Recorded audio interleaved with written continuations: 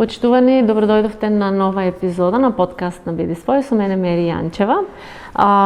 Тема на овој подкаст, знам дека многу се разговара на оваа тема, но еве јас ќе се потрудам повторно да обрнеме малце повеќе внимание на јавноста кон тоа како се одвива образовниот процес, како се однесуваат самите ученици кон образовниот процес, како го прифаќаат, како се однесуваат професорите и многу други прашања ќе откриеме за време на овој подкаст.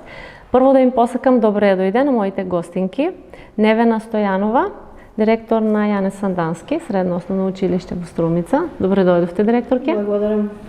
И Дијана Насева, советник за квалитет во високо образование при Универзитет Гоце Делчев од Штип. Здраво, Мери, драго ми е што ме покани на овој разговор.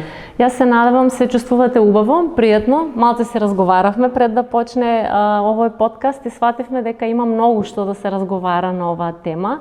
Пак ќе кажам, и покрај тоа што сите велат, да, го знаеме проблемот, но некако и јавно сметам, барам јас сметам дека малце се дискутира и малце отворено се разговара.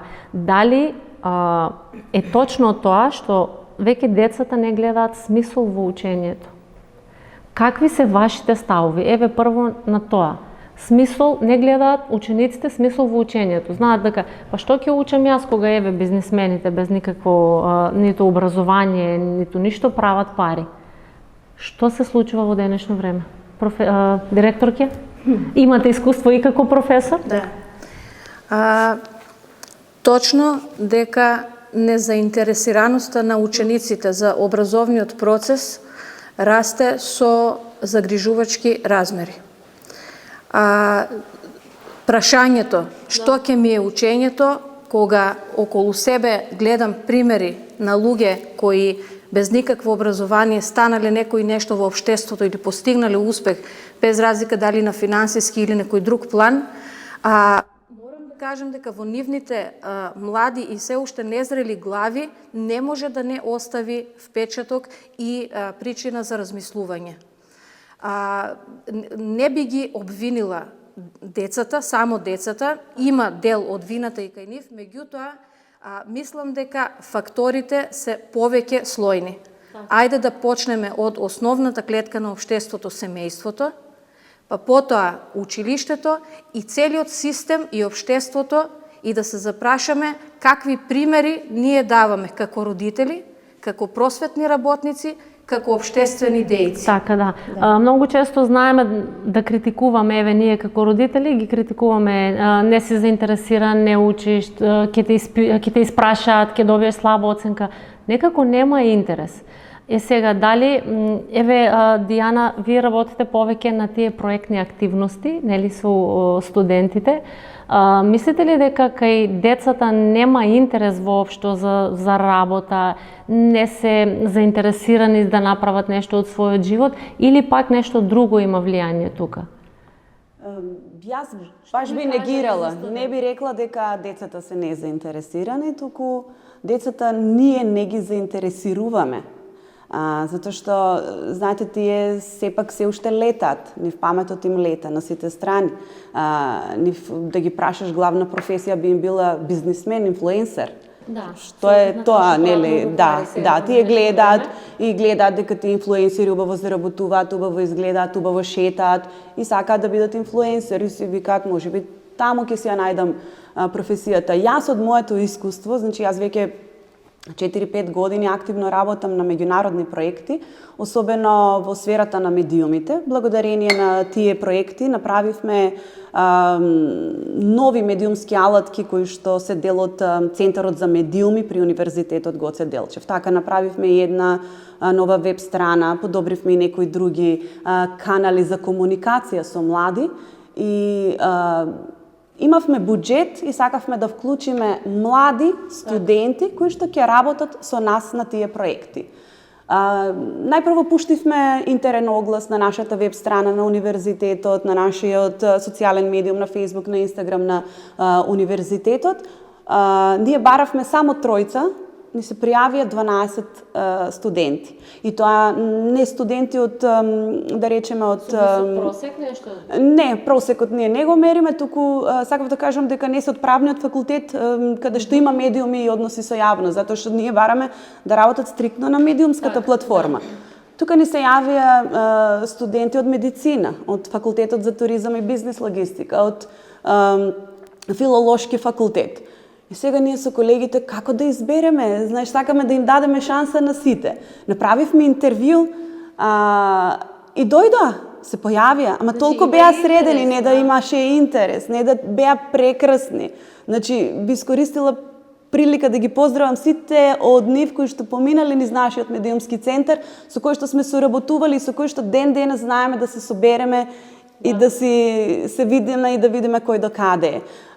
Тие беа толку подготвени за интервјуто, буквално како возрастни, да се интервјуираат за работа, па одговараа на прашања и наместо тројца ангажиравме 8 студенти. За поздрав е тоа, да. Сите 8 студенти ги наградувавме согласно буџетот. Меѓутоа, мислам дека нив и не им беше толку важен буџетот, колку што им беше менторската школа која што ја изодија во текот на целиот проект. Беа крајно одговорни, некои и до ден денес работат во нашиот универзитетски медиумски центар. Значи, благодарение на менторската програма која што ја имаат моите колеги, тие сами пишуваат текстови, сами ги водат социјалните мрежи на нашиот проект. Имаат потенцијал младите. Апсолутно имаат. Значи, ние на некои од менторските часови имавме што да научиме од нив. Бидејќи јас на TikTok платформата не знам што треба да се постира. На Инстаграм исто така, веќе, нели, можеби сум постара за таа платформа, ама нашиве студенти беа, ќе ставиме ова, а што мислите за ова? Да, дечки, правете го. Тоа е ваша платформа, собирајте фоловерси, правите giveaway, значи ако треба нешто, ние ќе финансираме од проектот, ако треба некаде помош, кажете, ние ќе подбутнеме таму каде што можеме. До ден денес соработуваме со нив, до ден денес се пријавуваат нови, тие се идни докторки, тие се идни филолози, ама имаат скилсет за одлична медиумска подготовка. Да, и тоа ќе им служи во животот за понатаму. Како знаеме да кажеме, не се знае во животот што не чека. Па навистина не. И тоа е за поздрав такви едни проекти да Да, еве се например ние изработуваат. овде што седиме, вие сте директорка, сигурно не завршивте школа за директор. Јас имам завршено, јас имам завршено анимална биотехнологија. Не дефинира, работам на тоа. Образованието не го дефинира. Убаво напомена Дијана дека ако ги насочиме убаво и ако ги мотивираме, ќе знаат да си ги кажат своите потенцијали и максимално да се вложат во тоа. Директорки, еве вие сте колку ученици има во моментот, Јане Сандански? Околу 750. Да. Што е причина за немотивацијата кај учениците? Или подобро би прашала, кои се понемотивирани? Дали наставниците да ја применуваат таа програма која рековме пред да почне подкастот, не е сменета многу години, или самите ученици не се мотивирани да ги послушаат, да се ангажираат на часовите? Кој не е всушност мотивиран? Тешко би направила дистинкција. Веројатно, одговорот на ова прашање, обете страни не се доволно мотивирани.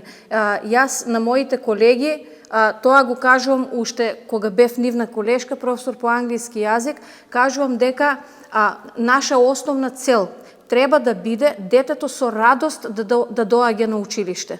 Значи, да не биде училиштето простор или институција во која што тој ќе доаѓа со страв, одбојност или во денешно време најмногу незаинтересираност. Дури мислам дека е проблем тоа што стравот од испрашување, од тест, од било што, се повеќе се намалува, а неговото место го зазема една тотална индиферентност кон се, што мислам дека е причината од фактот што учениците облегаат на тоа дека мама и тато ќе средат, и тука би го нагласила тоа што го кажав и предмалку во неформалниот разговор, се уште битката за оценки победува над битката за знаење.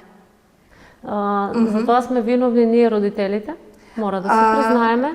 Добро. Се додека некој родител ќе му каже на ќерката или на синот, не се секира, јас ќе се јавам, ме знаат тие, немаме успех во образованието. Јасно, а тоа предизвикува домино ефект, бидејќи таа една средена оценка предизвикува револт или мислење кај сите останати, ако може тој, зошто да не можем и јас.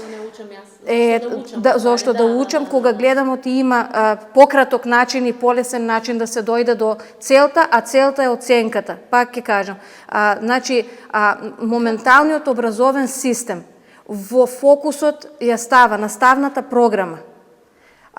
Го става материјалот, се додека фокусот не се смени и во фокусот не биде знаењето и самиот ученик, не само најдобрите, да се извлече максимумот од секој ученик, се дотогаш мотивацијата ќе биде многу ниска на страна на учениците, а веќе кога ме прашавте, не сакам да звучам патетично или да излегува дека сум на страна на моите колеги наставници, образованието има многу мал респект и многу мало внимание од останатите општествени фактори.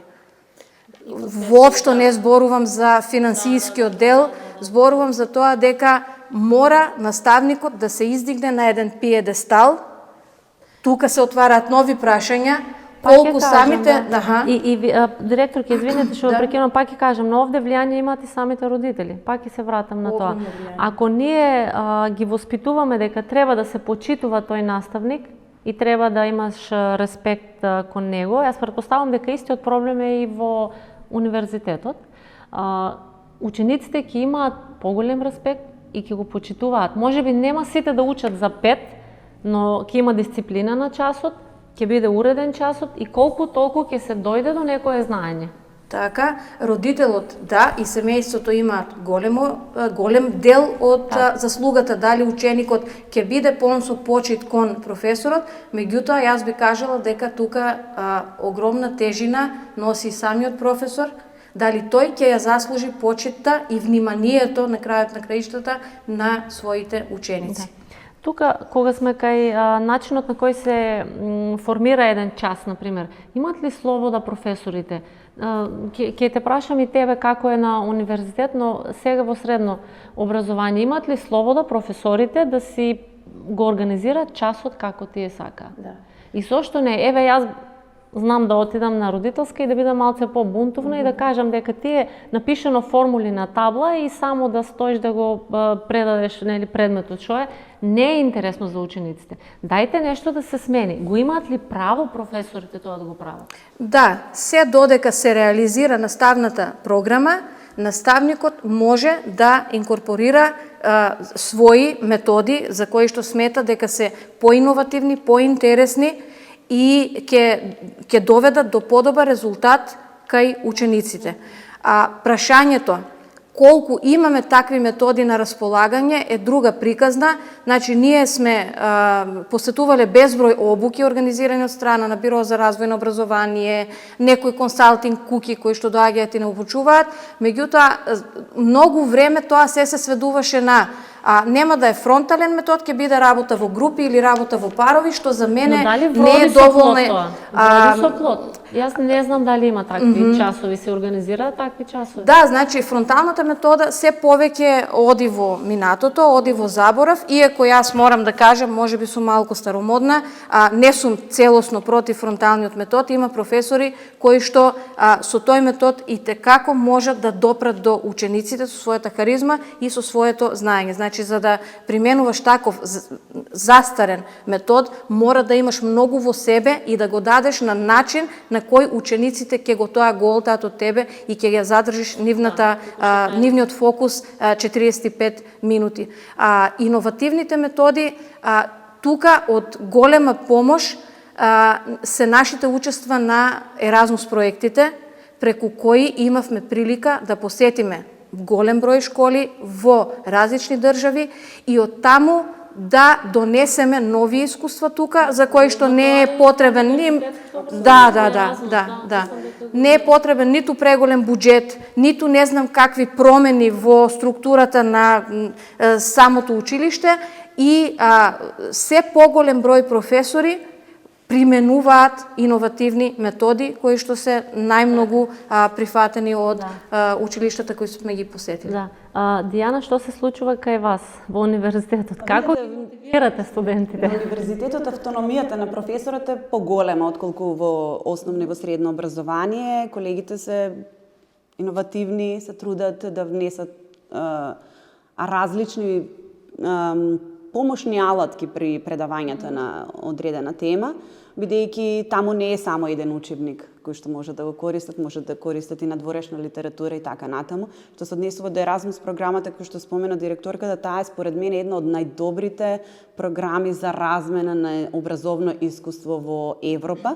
Тука и Турција веќе влегува во програмата која што ја опфаќа, значи трансфер на знаење, трансфер на ноу-хау, трансфер на идеи, трансфер на сето тоа кое што може да се искористи како образование, благодарение на оваа платформа, може да се вмрежуваат и најдобрите и најлошите универзитети, средни училишта.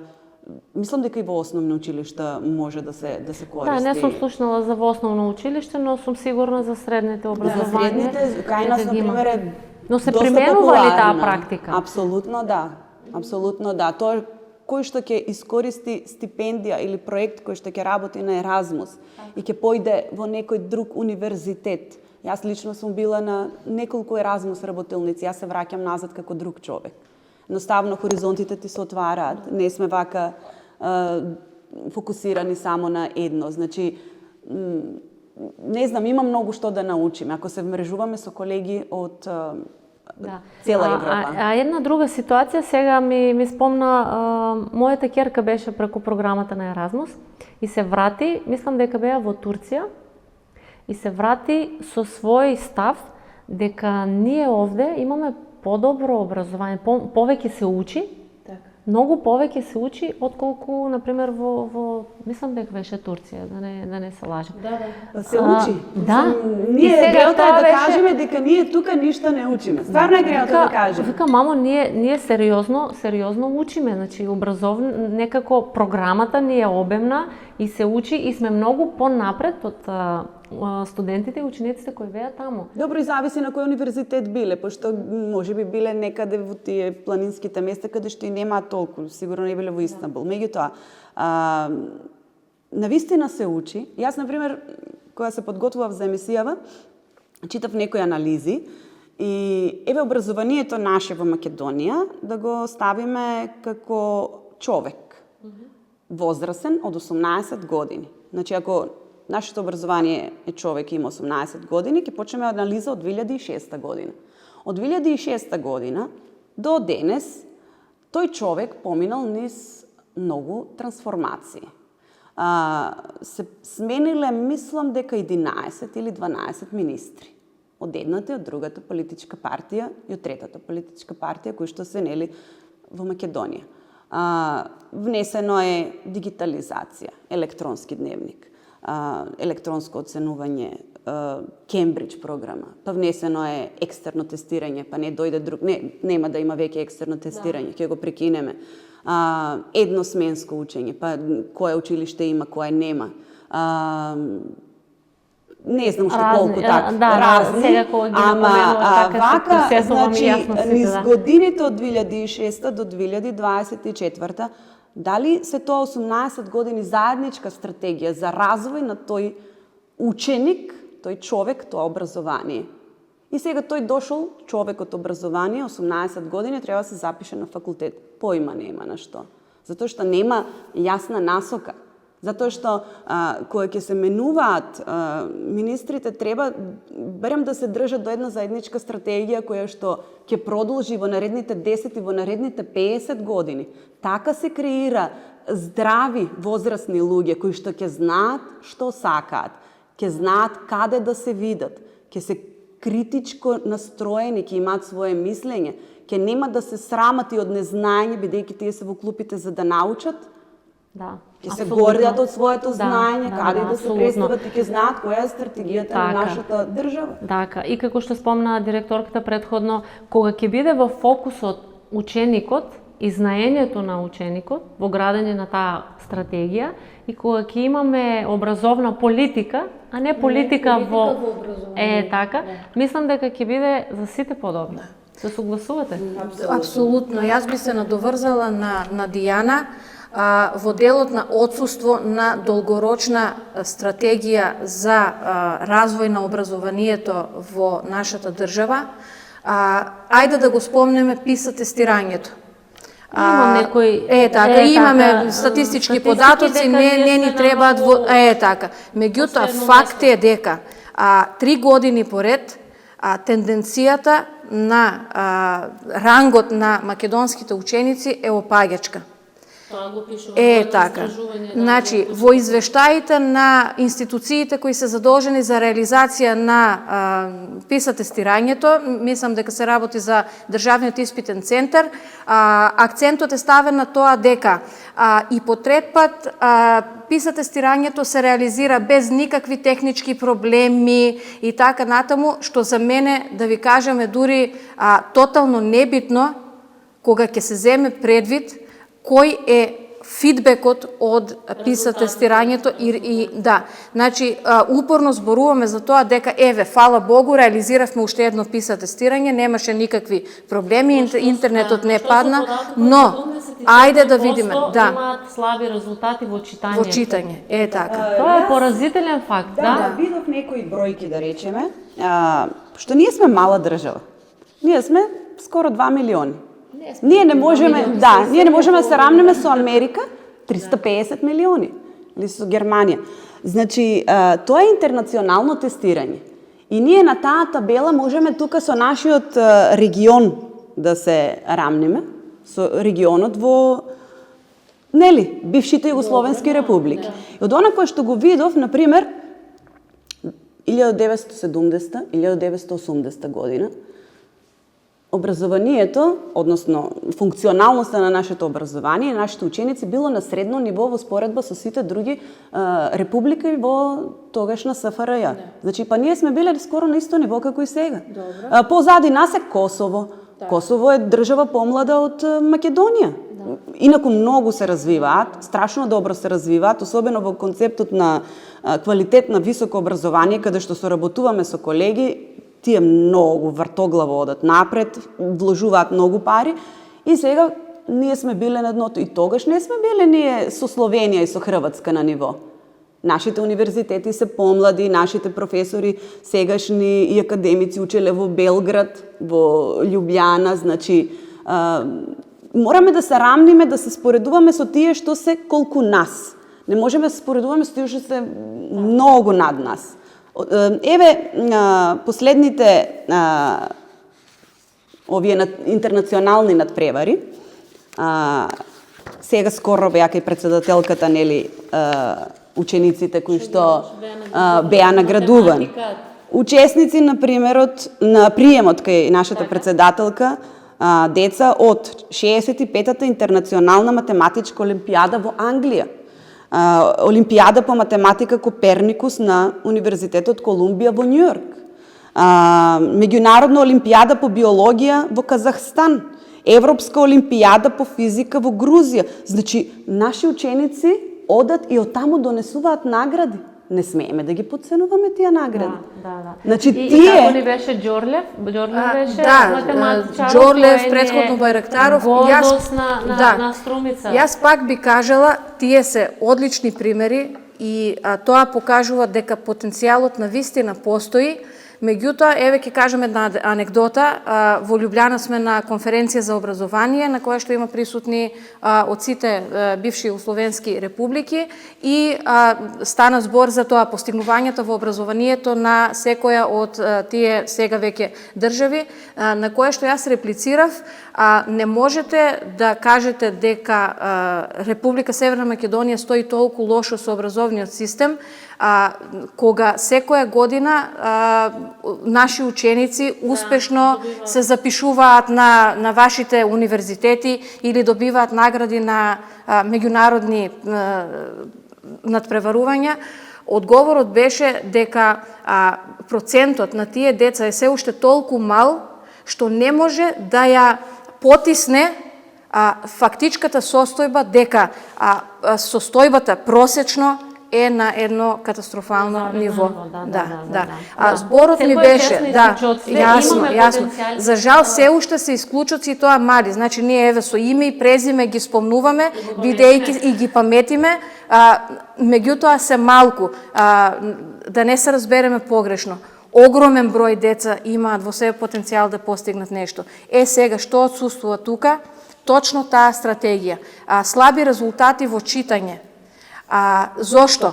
Извините, само ги... И самите ние како родители или еве во моја близина млади деца, мислам дека, како да ти кажам, срамно е. Дете од 8-9 години не знае убаво да чита. Ама немаше буквар детето, например. И тоа што викаш, да. Немаше краснопис. Ке се дигитализиравме, сега не се дигитализираме, пак се враќаме. Децата учат од нефункционални учебници. Значи, распаднат учебник. А оваа година, првата недела, донесоа и двајцата мои ученици математика нова. Сега има некои нови, се менуваат колку можат да постигнат.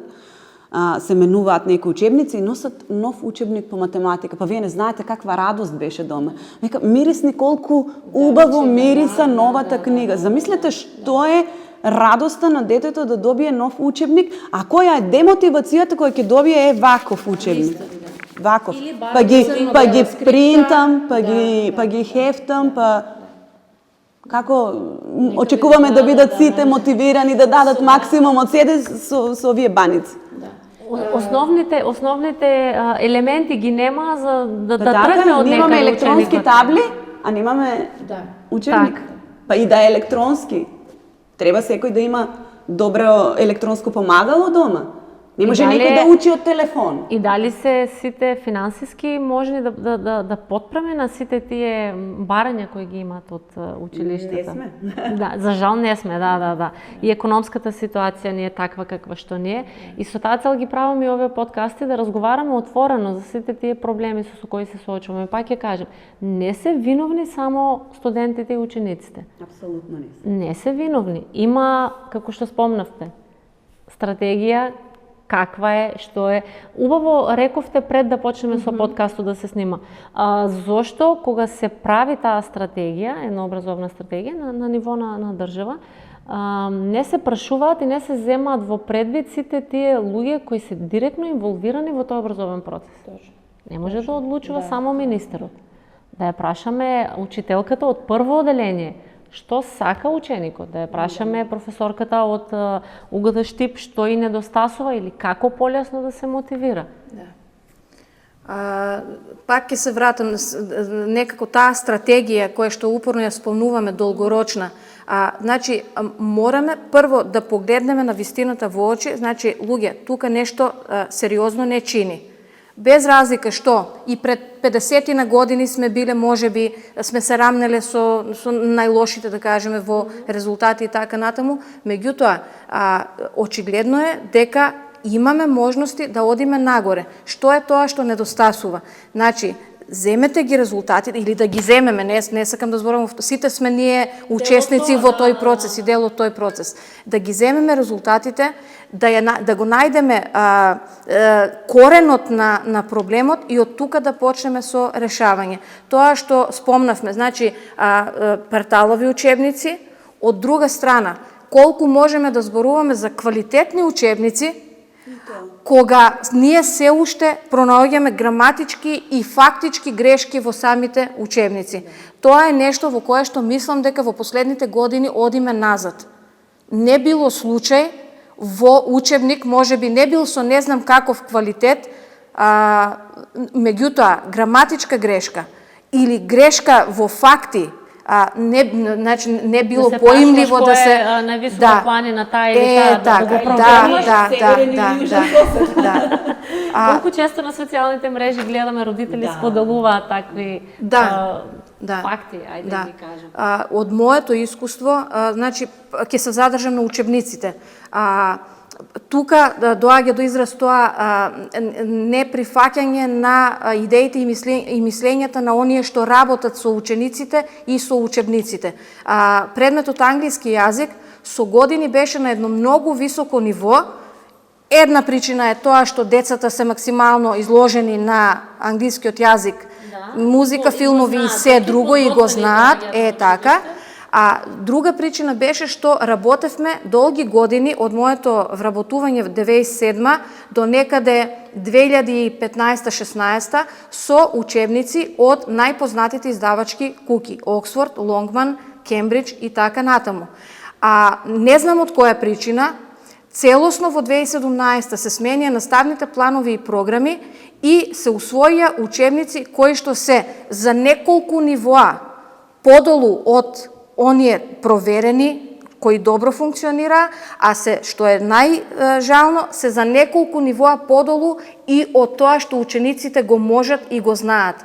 Така што наставата по англиски јазик претрпе една таква катастрофа и стагнација, бидејќи тука некој ќе ми реплицира, ама учебникот е само помагало, наставникот е тој кој ќе ги креира. Меѓутоа, кога јас како наставник имам добар учебник пред мене, верувајте, и мојата самодоверба е на повисоко ниво, а и наставата е на неколку нивоа повисоко. Значи, за што се работи? Актуелни теми. Теми кои што кај учениците предизвикуваат брейнсторминг, теми кои што кај учениците предизвикуваат тоа што викаме, нели, репродуктивното знаење, да го замениме со знаење за разбирање, а на крајот и знаење за изградување свој став. Теми кои што кај нив предизвикуваат да размислуваат на темата кој е мојот став по ова прашање. Социјални теми и така натаму. Имаше тука, ако се учи на памет, нормално дека ученикот и студентот после 2 месеци не се сеќава на тоа. Имаат ли мотивација самите професори да ги натераат тие да размислуваат? Не само да им го предадат предметот и да ги испитат после наредниот час, кажи ми 3 дефиниции, ајде 5. Како да ги не јас да ги натерам, меѓутоа вие како директор или во самиот универзитет да размислуваат на друг начин на работење, сами да си го организираат часот. Има ли таква мотивација? Има, и морам да кажам дека тој процес тече. Значи не е се толку страшно.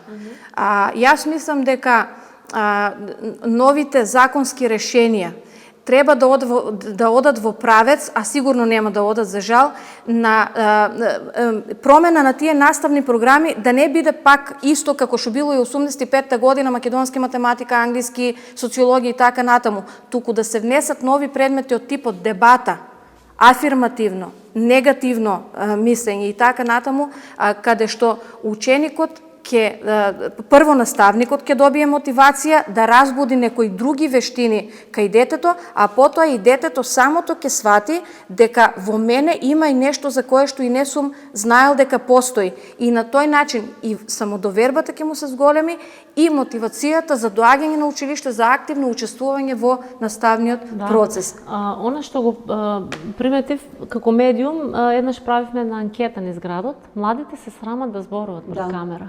Да, затоа што тие се не знаат да се изразат. Слушатели.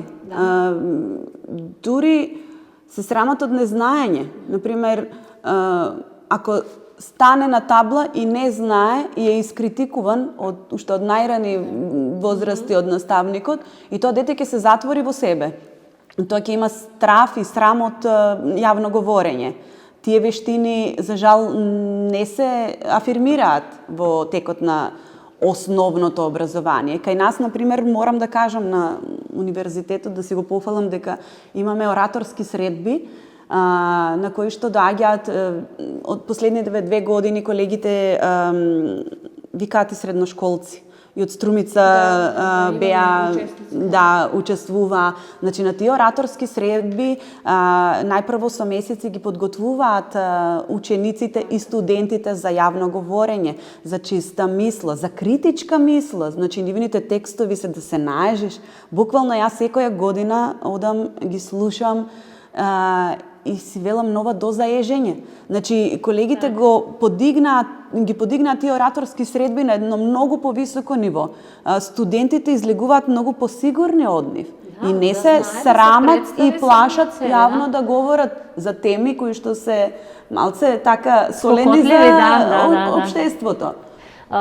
Тоа имам приметено, тоа е тренд. Сите сакаат да се снимат на YouTube, на TikTok, самите, нели? Си кажуваат своje мислење и го споделуваат меѓу нивните генерации и таму се осеќаат можеби покомфорно, но пред медиум и пред јавност тие не сакаат да зборуваат. Таа е таа несигурност и таа е таа, не знам, јас би кажала и недоволно образование пак.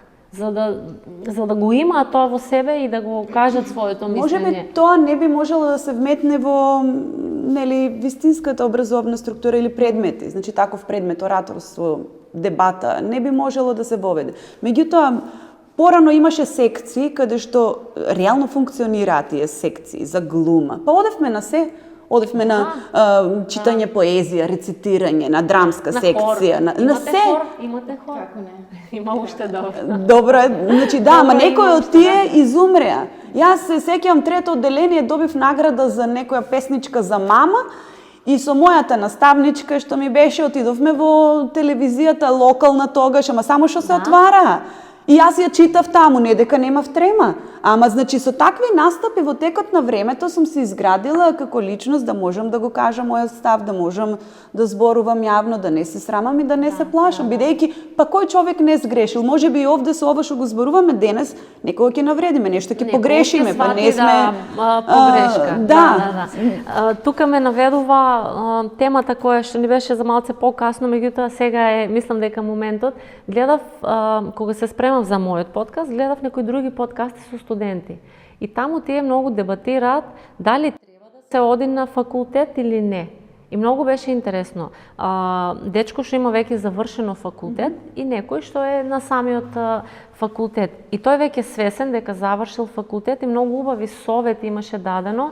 И тоа не знам како, еве и вас ве прашам како образовни работници, како да им го наметнеме на децата дека факултет не се учи за ти да знаеш како да заработиш пари или веднаш да станеш бизнисмен или веднаш да станеш директор на институција, туку таму се учи одговорност, дисциплина, ред, да се спознаеш самиот себе, да знаеш кај целиш, што правиш во животот, што сакаш. А не јас ќе одам на финки, ќе завршам, ќе бидам IT како беа таму и ќе земам 3000 евра плата и завршена е мојата работа. Тоа не се добива со факултет. Факултетот е една средина каде што се градите како личност, каде што формирате контакти кои што ќе ви останат за цел живот. Утре за што год да ви притреба, да знаете, да се јавите, да се консултирате. Не за да фаќате врски, туку за да се консултирате за животот. За да имате со кој да седнете да пиете кафе, да ручате. Значи, тоа е една посебна димензија за личноста. И јас никогаш не би се согласила дека не треба да се учи, напротив, треба да се учи.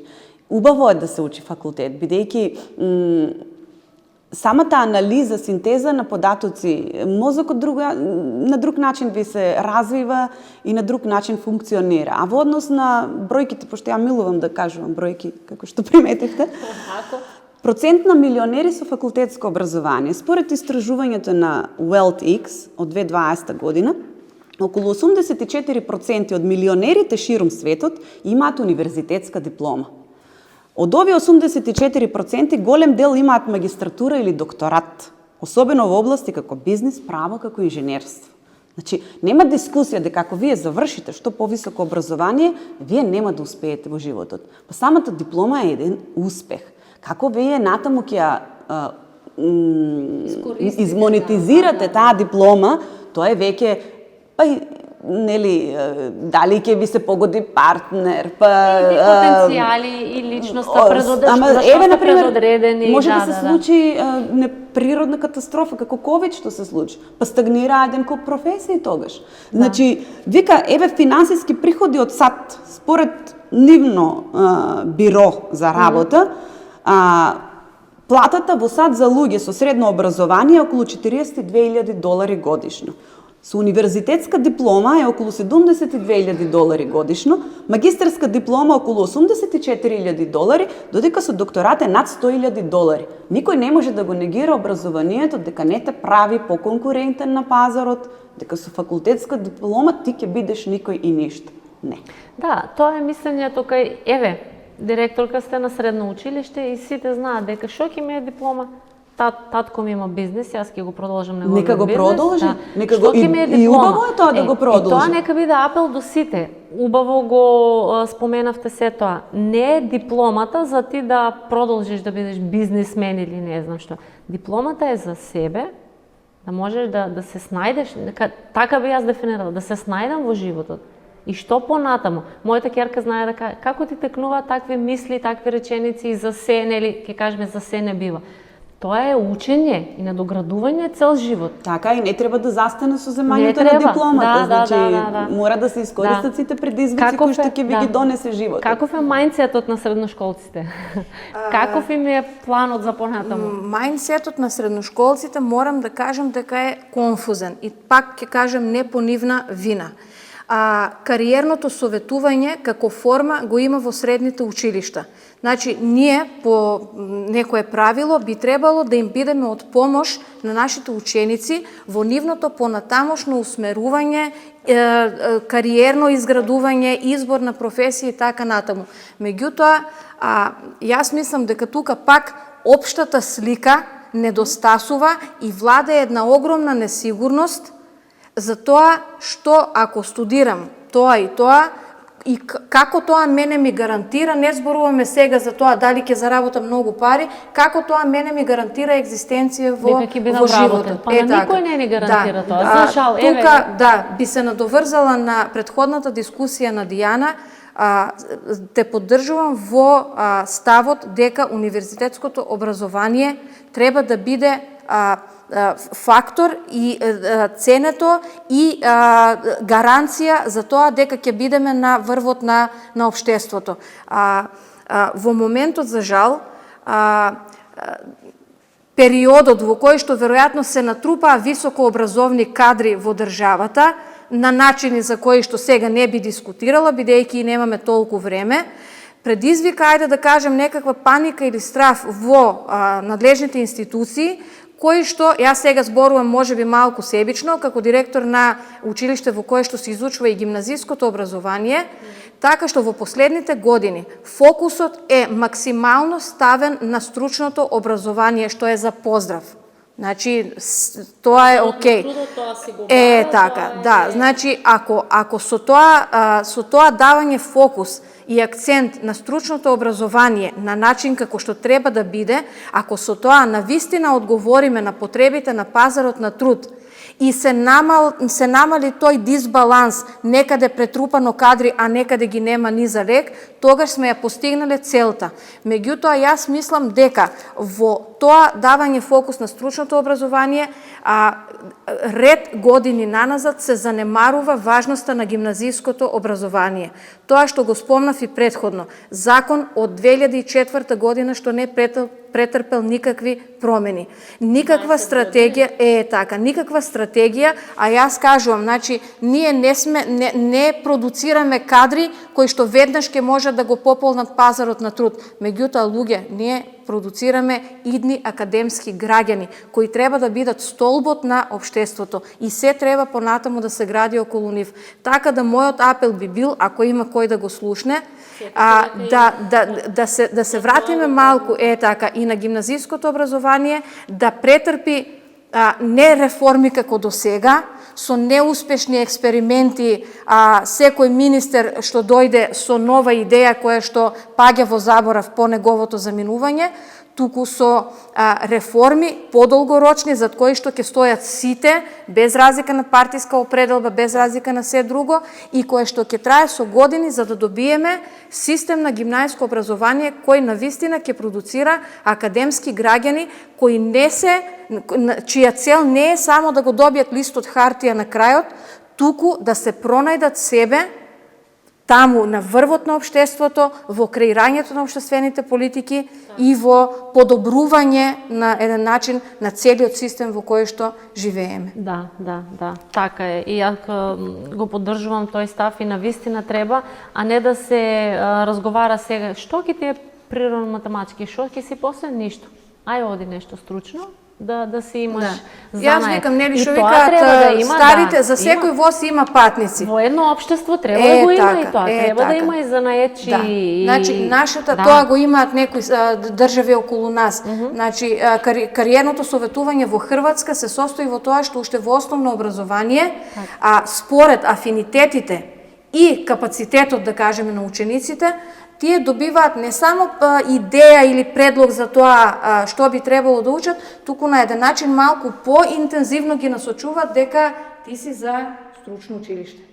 Тоа е веројатно и како дел од стратегијата за развој на образование на Европската унија, затоа што и во другите и во европските и Германија во Холандија и во Германија со кои што интензивно соработувам, буквално согласно квалификациите на детето, ама тоа е реално оценување. Сега да не биде, знаете кај нас, мене ми е страф искрено таква реформа.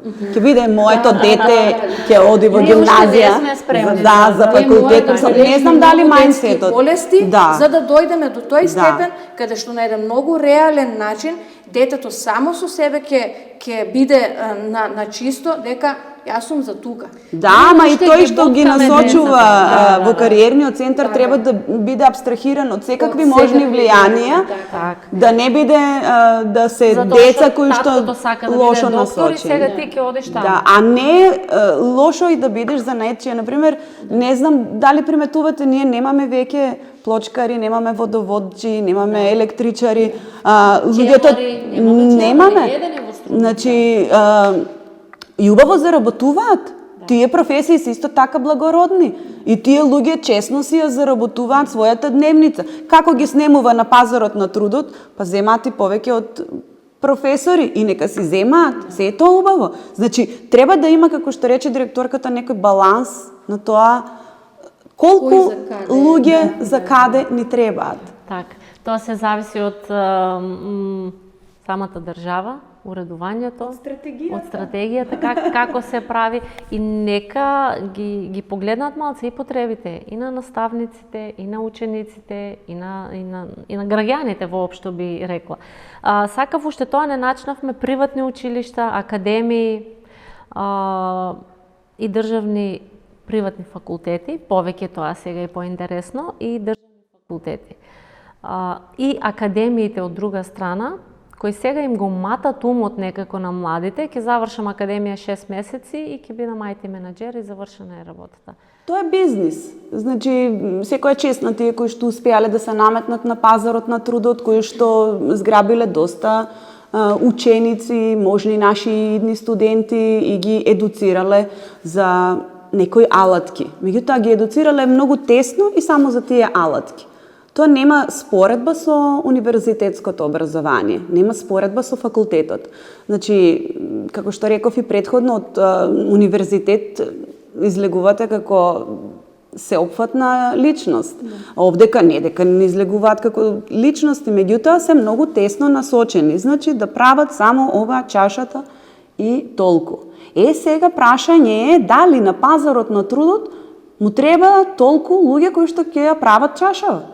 Затоа што таму се плаќа, колку што се моите познавања за некои од тие академии, се плаќа колку за цело универзитетско образование, 4 години, тие не се ефтини. И сега не смееме да ги матиме децава, јас така се ги велам, иако тие се веќе возрастни, дека ти ќе го завршиш ова и одма те чекаат за 3000 евра плат. Мислам, никој од нас овде веројатно не е почнал со стартна плата од 3000 евра. Да. Тука е тој мајндсет на децата дека ќе завршат и веднаш или сега ги вработуваат онлайн преку интернет, и тоа е еден битен момент кој ги одвлекува од учењето.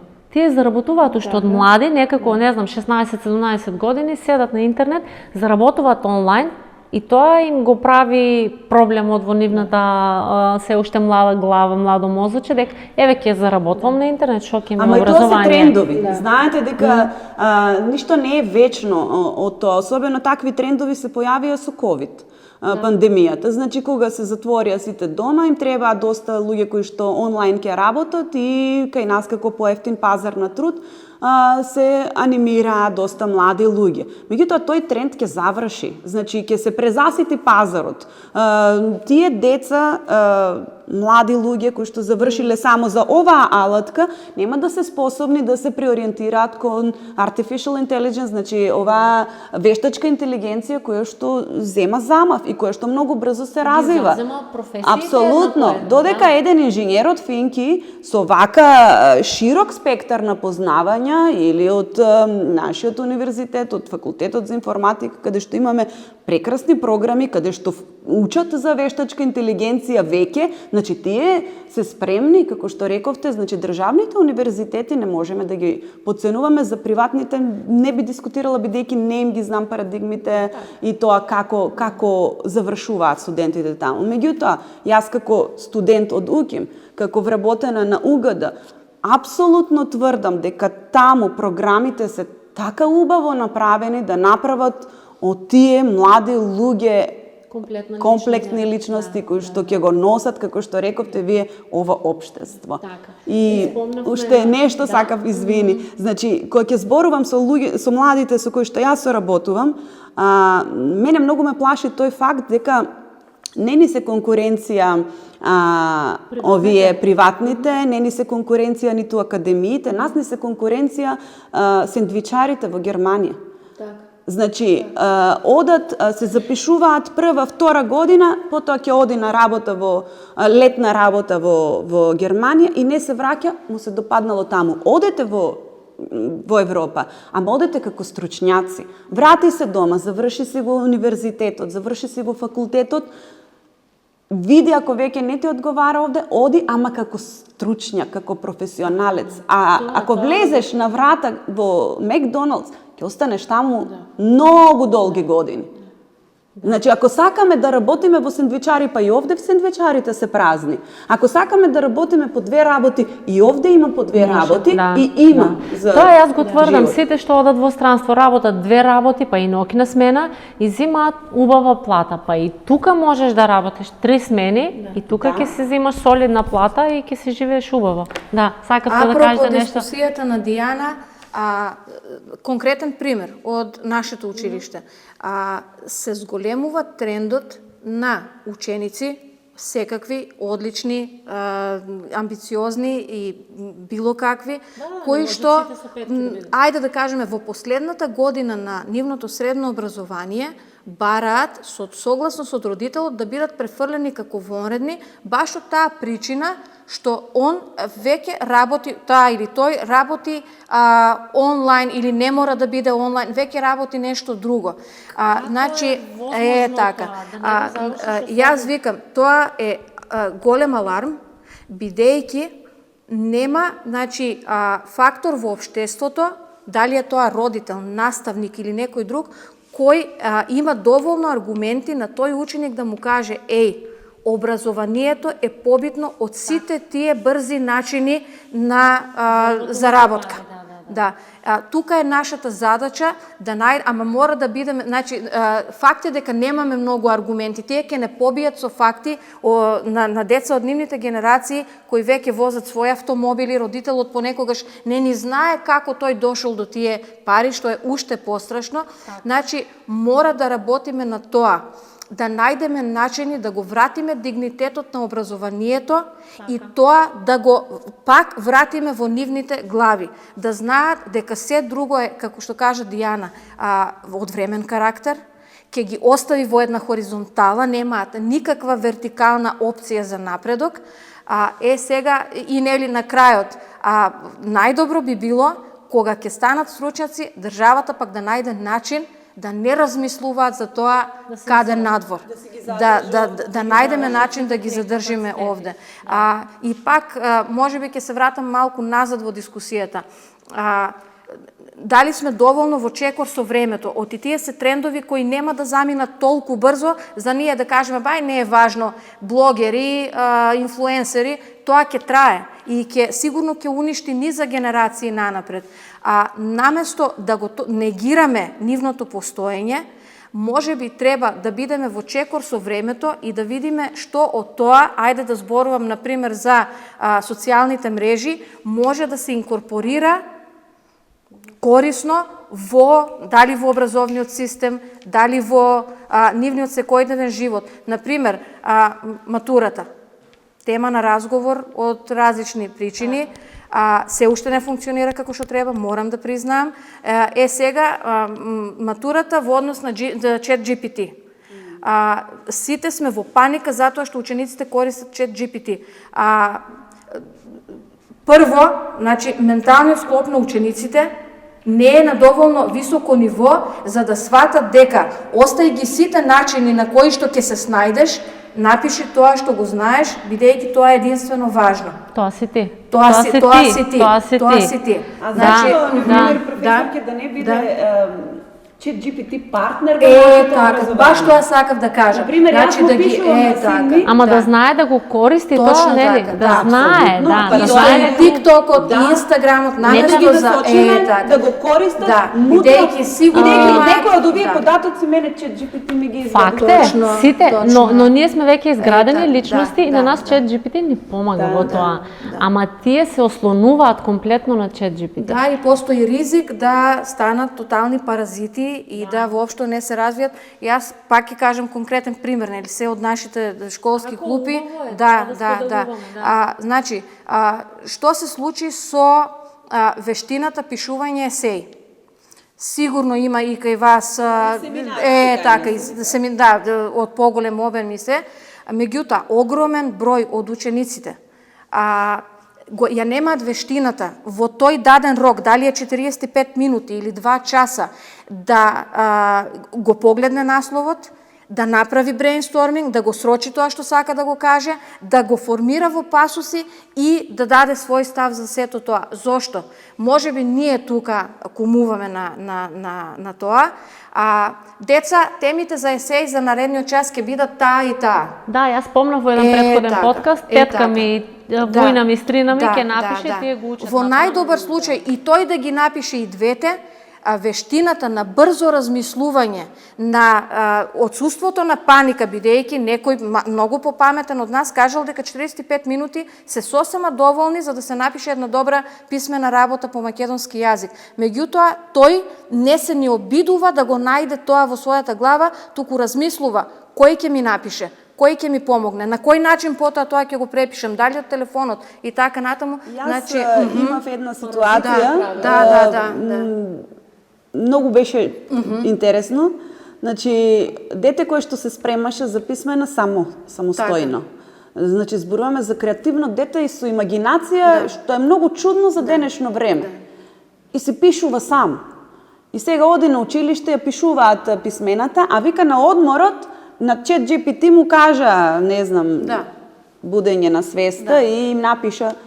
И сега ова дете добива 4, а овие добиваат 5+ по фалница. И вика, јас го видов, вика, дека ChatGPT му ја напиша. Значи, креативноста на ова дете не се цени. Утре ќе го насочат да се го искористи и тој тоа. Ние кумуваме на тие ситуации.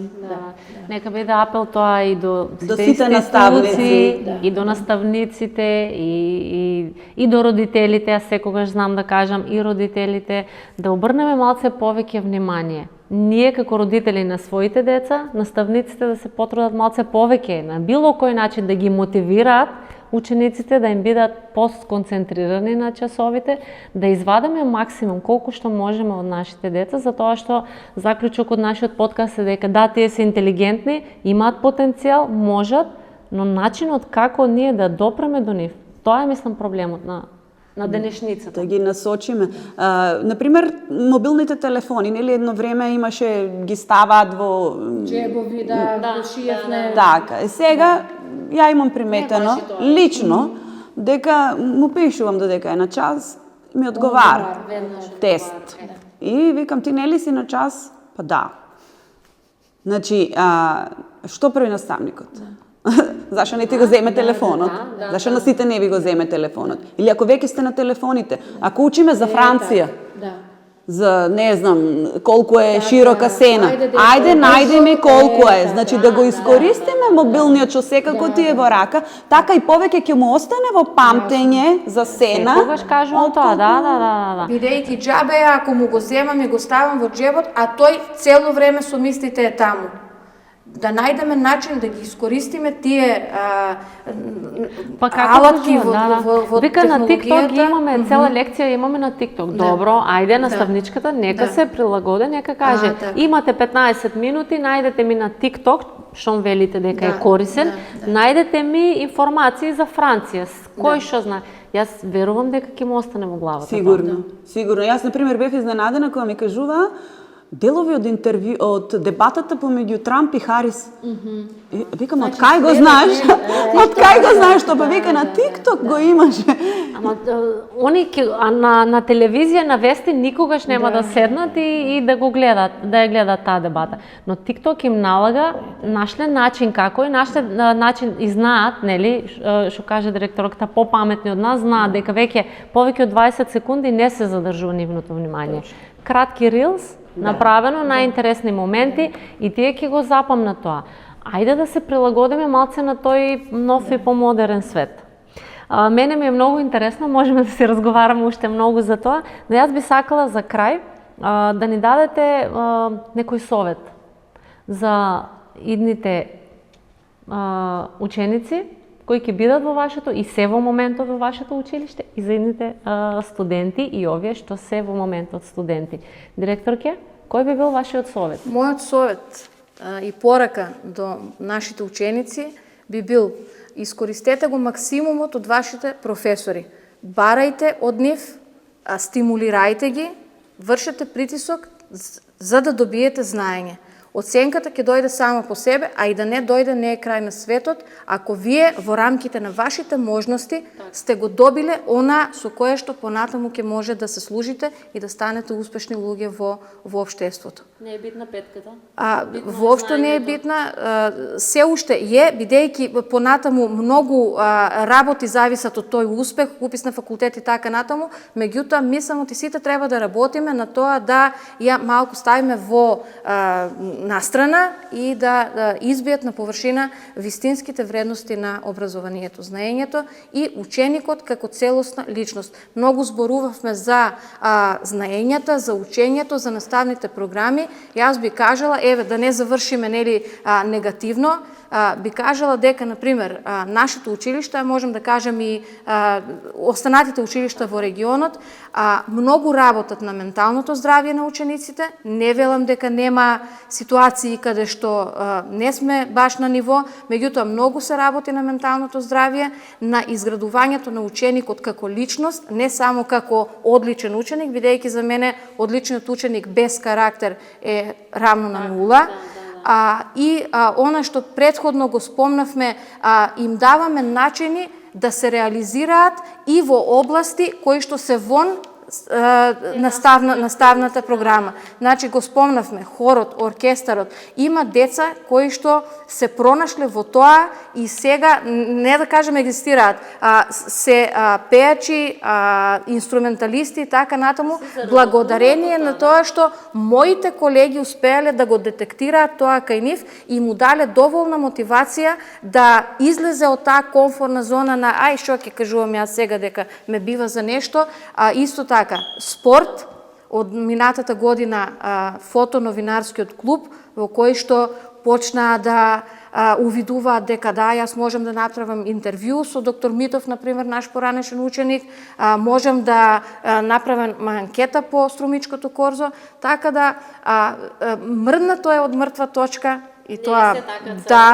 да. Така да само да продолжиме во тој правец и да добиеме малку поконкретна и поцелисходна поддршка од институциите кои што сето тоа треба да го подкрепат. Да, ние како медиум секогаш ќе ве поддржуваме во сите ваши идеи и проекти. Еве и новинари се секогаш добро дојдене за кај нас. Дијана, кој би бил твојот совет? Па, мислам дека директорката кажа скоро се. Убаво, мислам да кажа, да. Јас би рекла, учете, бидејќи тие години кои што ви се сега безгрижни, кога мама носи, тато меси, а вие треба само да учите, никогаш така безгрижно нема да им се вратат. Значи, моментот за учење искористете го максимално. Она кое што го нуди Универзитетот Гоце Делчев, по кое што ние предничиме пред сите универзитети во Македонија, нескромно можам да кажаме, електронските уписи, електронската библиотека, електронското пријавување на испити, значи дигиталните алатки со кои што сме подкрепени, имаме 12 факултети, 3 академии, има поле за проектни активности, имаме медиумски центар, имаме Еразмус програми, да значи интересно е, да. Толку многу опции, знаење и значи кога ќе сте на било кој од овие факултети кои што ги спомнав, искористете ги сите други алатки и воннаставни активности кои што ќе ви дојдат. Значи имаме спортски културен центар, концерти, уште што не. Значи, не само предавањата, не само испитите, семинарските, туку и сите други наставни активности, па и културни активности во градот, за да уживате. Значи, тоа е еден од најубавите периоди во животот. Така. И на крај да кажеме дека не е безцелно учењето. Апсолутно не. Да. Учењето е вредно и јас се надевам дека успеавме да допреме до сите студенти и родители, пак ќе кажам, и родителите се уште влијаат на начинот на кој децата се усмеруваат во животот, за добро да размислат и да вложат во учењето, затоа што тоа е влог за животот понатаму. Јас многу ви благодарам, се надевам убаво си поминавме заедно, убава дебата направивме и ќе се видиме во иднина повторно. Па да. Има уште многу за што да се разговара. Имаме, јас, како што реков, уште пред да почнеме, си мислев што ли ќе разговараме, толку време, ми тргна муавет. Благодарам на поканата. Така, ви благодарам и вас. А ние се гледаме наредниот подкаст.